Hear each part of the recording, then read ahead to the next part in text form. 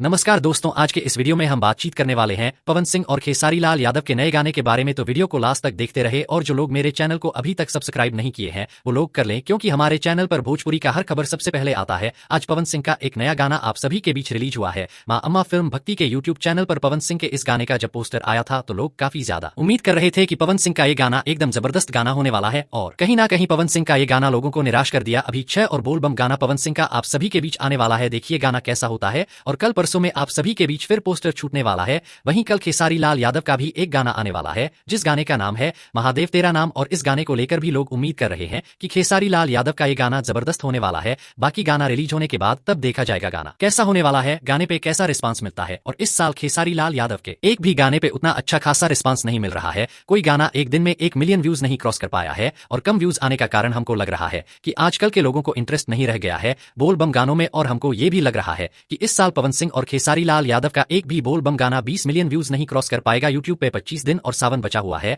और दोस्तों, पवन सिंह और खेसारी लाल यादव का वीडियो पसंद आया तो लाइक करें, कमेंट करें, शेयर करें, सब्सक्राइब करें। धन्यवाद दोस्तों।